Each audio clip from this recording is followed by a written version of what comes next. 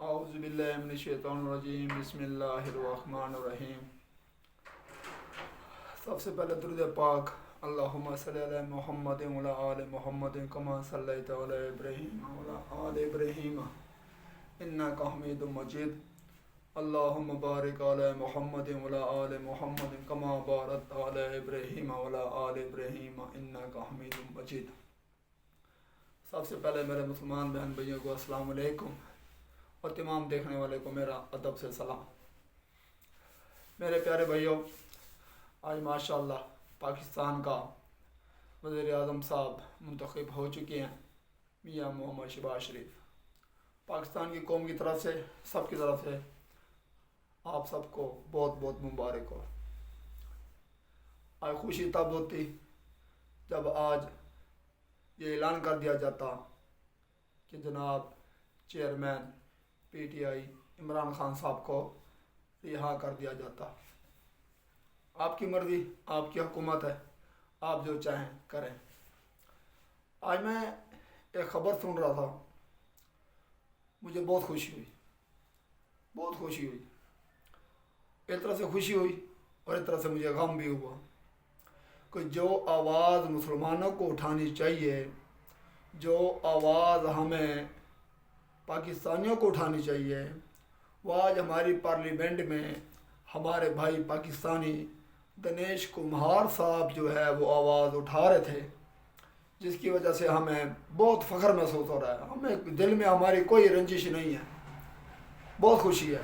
مسلمان ہی نہ صحیح، پاکستانی تو ہے نا، مسلمان نہ صحیح، ہندو تو ہے نا، پر ہے تو پاکستانی نا۔ پاکستان کے لیے چاہے کوئی بھی کام کرے، چاہے وہ مسلمان ہو، مسلمانوں سے 75 سالوں میں ہو نہیں سکا، سوائے اس کے کہ ایک دوسرے کی ٹانگیں کھینچنے کے برعکس ایک دوسرے کو سپورٹ کرتے ہیں۔ اچھا پاکستانی وہی ہوتا جو کسی پاکستانی کو سپورٹ کرتا۔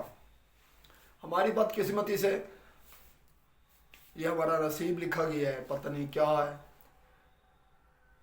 یا ہمارے بزرگوں نے دعائیں کرنا چھوڑ دی ہیں کہ اس ملک کے لیے جس نے بھی اچھا کام کیا ہے، جس نے بھی، اس کے ساتھ برا ہی ہوا ہے۔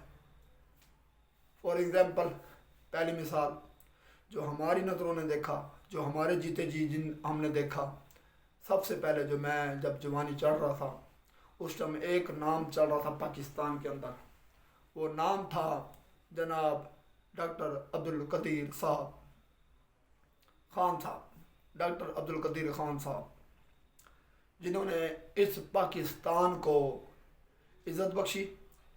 اس پاکستان کے بارے میں انہوں نے بہت پیاری مثال دی تھی کہ زندگی میں پہلے یہ سمجھ رہا تھا کہ میں نے زندگی میں سب سے اچھا کام کیا، جب مجھے اس کا صلہ ملا تو مجھے اس کام کرنے کا بہت زیادہ دکھ ہے۔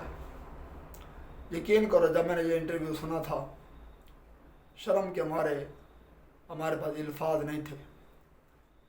ان کے ساتھ جو بھی ہوا، جیسا بھی ہوا، پر غلط ہوا۔ ہر قوم اپنے ہیرو کو آگے لے کے آتی ہے، نہ کہ اس کے ساتھ ظلم کر کے یا اس کے ساتھ زیادتی کر کے یا کسی کے ساتھ مل کر اس کے ساتھ برا کرنا، تاکہ اس پاکستان میں کوئی اچھا کام کرنے والا باقی نہ رہے۔ ہماری کوشش ہی، ہم یہ سمجھ رہے تھے کہ شاید اس ٹائم جو ہمارے حکمران تھے وہ جناب پرویز مشرف صاحب تھے، بہت اچھے لیڈر تھے، بہت نڈر لیڈر، نڈر۔ ان کی انٹرویوز ہم نے سنے، ان کے بہادری کے ہم نے قصے سنے، اور ہم نے ان سے بہت کچھ سیکھنے کا بھی ہمیں ملا۔ پھر اس کے بعد ہم نے دوسرا نام سنا۔ نام تو ماشاءاللہ بہت ہیں، اچھے کام کرنے والے بھی ہیں، مگر ٹانگیں کھینچنے والے بہت زیادہ ہو گئے ہیں پاکستان میں۔ اب ہمیں اس سے بچنا چاہیے۔ ہم نے ان کی ٹانگیں نہیں کھینچی، ہم نے اپنے پاکستان کی عوام کی اور اس ملک کی عزت کی ٹانگیں کھینچی ہیں۔ ہمیں میرے بھائیوں یہ سمجھنا چاہیے، آج جب پارلیمنٹ کے اندر اور لا الہ الا اللہ محمد رسول اللہ کے کلمے کے نیچے جب دنیش کمار صاحب جو کہ ہندو ہیں، ہندو مذہب کے ہیں، مگر کہ جب انہوں نے تقریر کی، یقین کرو مجھے خوشی ہوئی، ایز اے پاکستانی، میں پاکستانی ہوں، مسلمان ہوں، پر وہ پاکستانی ہے، بھلے ہندو ہے، پر ہمیں اس بات کی خوشی ہے کہ کوئی بھی مرد مجاہد اس پاکستان کی قوم میں ہے، کیونکہ ہم تو اب تک پی ٹی آئی والے رو رہے ہیں عمران خان کو، اور نون لیگ والے رو رہے ہیں اپنی وزارتوں کو۔ عوام سے پوچھنے والا کوئی نہیں ہے کہ تمہارے ساتھ کیا ہو رہا ہے، تمہارے ساتھ کیا کرنا چاہیے، تمہاری کیا فلاح کرنی چاہیے۔ ہمارے بچے آج روڈوں پہ بھیک مانگ رہے ہیں، کسی کو احساس ہے؟ آج ہمارے بچے بھوکے سو رہے ہیں، کسی کو احساس ہے؟ جن بچوں نے آنے والے دور میں اس ملک کی خدمت کرنی ہے، ان کو سکول میں تعلیم نہیں مل رہی۔ آپ کو احساس ہے؟ آپ کو سوچنا چاہیے، آپ کو سمجھنا چاہیے، اور ہمیں اس بات سے اب پیچھے ہٹ جانا چاہیے کہ بس ہو گیا، وزیر اعظم بن گیا، کل نہیں پرسوں صدر بھی بن جائیں گے، آپ کو آپ کی حکومت مبارک۔ پر ہمارے صرف 2 مطالبات ہیں میرے: ختم نبوت زندہ باد، قادیانی نامنظور، ختم نبوت زندہ باد، قادیانی نامنظور، اسرائیل مرد آباد، اسرائیل مرد آباد، اسرائیل مرد آباد۔ ہماری یہ 3 ہیں، ان میں سے 2 چیزیں لازمین ہیں، نہ ہم قادیانی کو منظور کریں گے، نہ ہم اسرائیل کو مانیں گے۔ یہ 2 کام آپ نے نہیں کرنے، اس گورنمنٹ نہیں، آنے والی گورنمنٹ سے ہماری گزارش ہے، یہ 2 کام آپ نے نہیں کرنے، بس۔ اس سے مسلمانوں کے سر شرم سے جھک جائیں گے۔ آپ نے یہ 2 کام نہیں کرنے: ایک، ہم نے اسرائیل کو نہیں ماننا، دوسرا قادیانی کو نہیں ماننا، کیونکہ قادیانی کو ماننے سے ہمارے اسلام دین پر بہت سے سوالات اٹھیں گے۔ کوئی بھی قدم اٹھانے سے پہلے آپ علماء کرام، مفتی اعظم، حافظ قرآن اور جتنے بھی ہمارے دین عالم لوگ ہیں، ان سے ایک بار مشورہ ضرور کر لینا، نہ کہ اس سے پہلے جو ہے کوئی ایسی بات نہ کرنا جس سے اس قوم کے تمام اس دنیا میں رہنے والے مسلمانوں کے شرم سے سر نہ جھکے۔ کچھ لوگ مثالیں دیں گے ہمیں، معاشیت میں ڈبو کے، معاشیت کے حوال دے کے، ہم بھوکے مر جائیں گے، ہم یہ ہو جائیں گے، ہم وہ ہو جائیں گے۔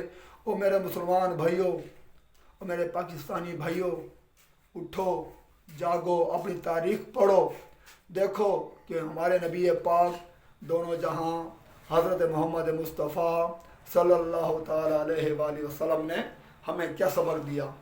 ہم بھوکے مر جائیں گے تو ہم نے آج نہیں تو کل مرنا ہے۔